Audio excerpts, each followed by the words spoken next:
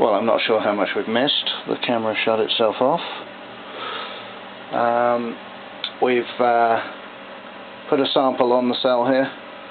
It's InGaP, sorry, on a semi-insulating gallium arsenide substrate.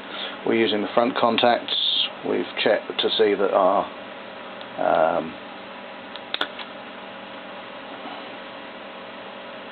resistance in each direction is pretty much equivalent. Then we've only got one junction in the circuit, and we're evaluating the junction on the boundary between the semiconductor and the electrolyte, the Schottky junction there.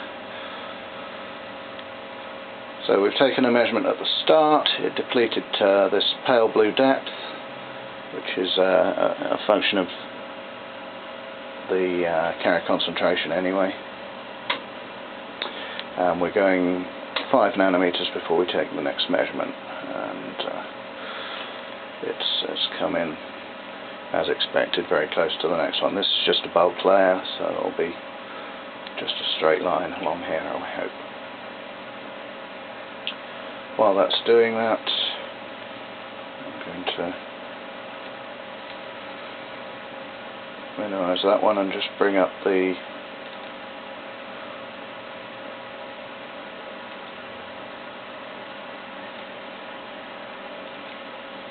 IV curve I took earlier, which I suspect, having entered a file name, it will have wiped, unfortunately. I can take another of those at the end.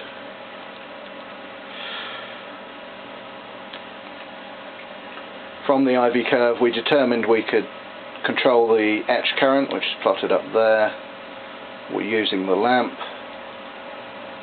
and I'm going to adjust that so that I get between about 0.2 and 0.4, and the integrator circuit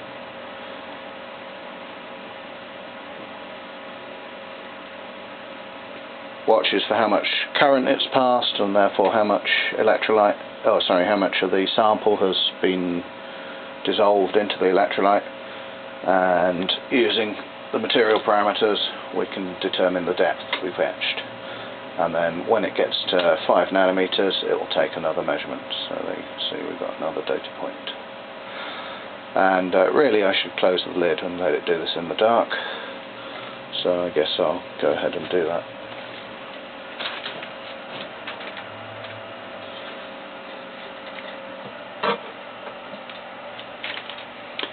We'll see on the next data point whether that actually makes any difference. Marginally, if anything. Okay, so I'll let this run for a little while, and we'll look at the result in half a micron or something. So this is about 5 minutes later, and you can see we've built up a small amount of data. We've gone to a current depth of 0.25 microns, and our current's holding fairly steady, and our carrier concentration's holding very steady. So we'll let that run a little while longer, and then we'll take the sample off and check that we can actually see a hole on it where we've drilled into it, basically.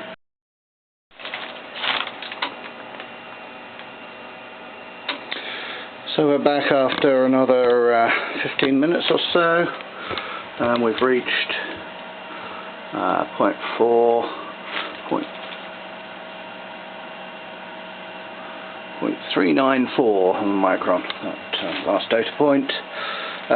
Still nice and flat. I think we've seen all we're really going to see, so we'll pause that, close it. It's saved the data already. I'm going to go back, take another IV curve, because I think it lost my earlier comments.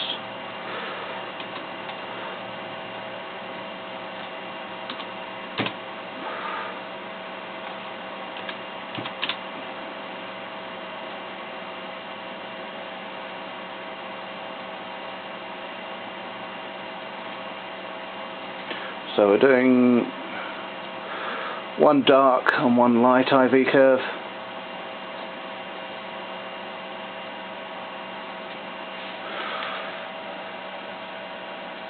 And I still don't go far enough to go into forward breakdown. And you can see there's a little bit of current from the photo-generated carriers in the light. I will now set the lamp a bit higher, 75%, and add a curve in the light. And the clicking you can hear is just opening and closing the light shutter in there. When it's making measurements during etching, if you've got the lamp on for etching, you don't want to turn the lamp on and off too frequently. That will blow bulbs more often. So it shutters the light source, makes the measurement in the dark, and then continues etching in the light. So you can see where we've set our red line here for our etch bias.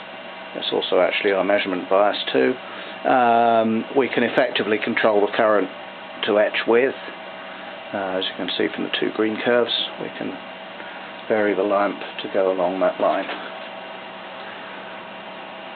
And we took a CV curve too. And I'll repeat that now. It won't change very much.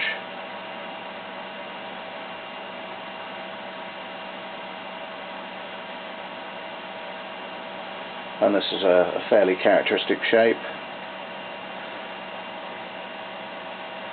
And so we're looking at the capacitance calculated according to 3 different circuit models, and the red line there shows us essentially the leakage through the diode, or the variation between the various circuit models. So really, with a good measurement, it shouldn't particularly matter which of the circuit models you choose.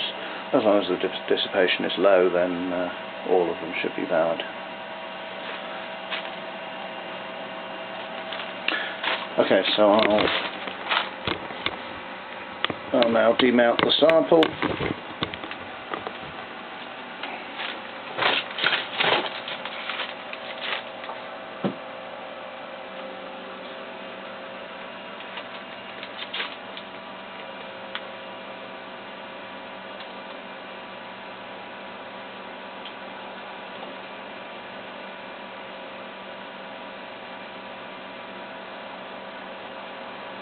And we should have a tangible etch hole in it. And hopefully you can see there that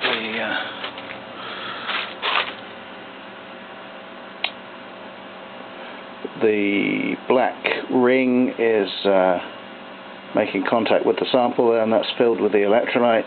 We've got no electrolyte dripping down, which is one of the common problems. So I'm going to go ahead and empty this and then rinse off the sample, and I'll probably need both hands for all of that, and it'll take a minute.